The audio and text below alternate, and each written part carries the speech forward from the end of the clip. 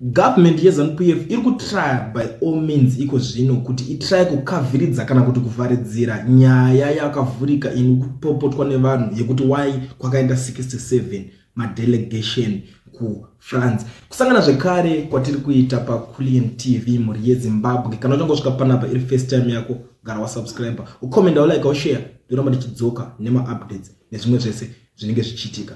Nasi tiri kusangana nenyaya pano muri yeZimbabwe iri kubudiswa nevakomana veZBC News Online vachitaura kuti Zimbabwe's delegation to the Paris 2024 Olympics Games is capitalizing on the global spotlight to advance its economic diplomacy agenda. The glitz and glamour that illuminated the Paris 2024 Olympic Games officially opening was the peak for Zimbabwe's delegation as they took the opportunity to intensify the country's engagement and re-engagement agenda. Ndo mashoko avari kubuda iko zvinezvi vari kutaura. Asi panapa muri yeZimbabwe tiri kuona vanhu vakawanda havasi kufara nenyaya yemashoko iwayo akataurwa neZBC, ari kushandiswa neZBC. Tiri kuzoona uyo aimbova mutauriri webato rinopikisa reCitizen Coalition for Change, aimbova zvekare member of parliament wenzvimbo yekuMount Pleasant, uyo akazosiya zvake mushure mekunge Advocate Nelson Chamisa vasiya bato reCitizen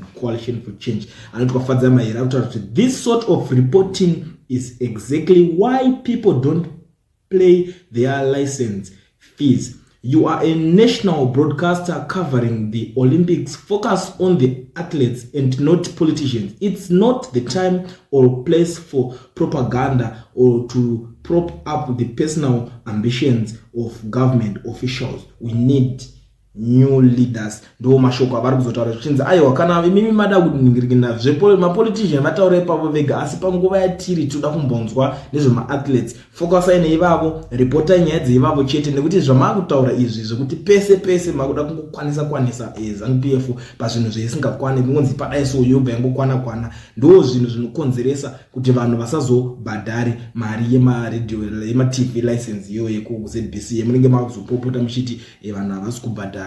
Ndo chikonzero ichocho, ende vamwe varitaura kuti ndo chimwe zvinoita kuti vanhu vasazoone futi nefenyuro iyoyo ZBC nenyaya yechikonzero the way yamunenge muchiripota. Mumwe ari kupindura ari kuti madness, total madness. In a new government, this rubbish must be thrown in the dustbin and start over with new journalists, crew, even cameramen and cleaners. Just clean everything out. Vanhu vakatsamwa. Mumwe ari kuti they sent 67 officials and 7 athletes. That alone tells you that they don't care about the sport. It's a shame that they are not even trying to show as if they are interested in the main business of the Olympics, which is the sport. Any opportunity to spread propaganda and talk about mega deals, that's all they know. Ndo nyaya iri kutaurwa nevanhu vari kupindura mashoko avari kupindura panapa vachitaura kuti pese pese vari kuda kungopfekera propaganda pese pese, vachitaura kuti ava vanhu vazodai so, nekuti muri yeZimbabwe iri kutodawo kutozonzwisisa, pari kutodiwa accountability apo kuti why vakaendesa vanhu ava vakaenda kunonyatsoitei, nekuti maathletes ere, so why makavaendesa? Ndo mubvunzo ine mwana wese weZimbabwe. So iko zvinhu vatanga kutopusha propaganda vachipfekera vachitaura mashoko ekuti vanhu vadzikame kuti aiwa vanhu vava vatoenda kunotanga kunofambira mabusiness deals, vatanga kutosangana nemabusinessmen, vatasangana napresident weFrance, vatanga kudai so vakutanga kugadzirisa vachifambira nyaya dzenyika, zvoita kunge vaenda kuti vanoita zvebusiness, nekuti vanhu vanga vari kutaura kuti kana iri nyaya yekuti mabusiness deals vadii kuenda pavo vega, vonyatsofamba vachinzi vaenda kunotsvaga mabusiness deal kuside ikoko, pane kuti voenda vachinzi vari kuenda nemaathletes kuenda kunodya mari yobudiswa nenyaya yezvimwe zvinhu zvakangodaro zvinenge zvichiitika, nekuti vamwe vacho vari kunzi havasi kunyatsoita corruption iri straight yekuti munonanga, asi chiri kuitika ndechekuti vari kuzoshandisa mari zvakadarikidza.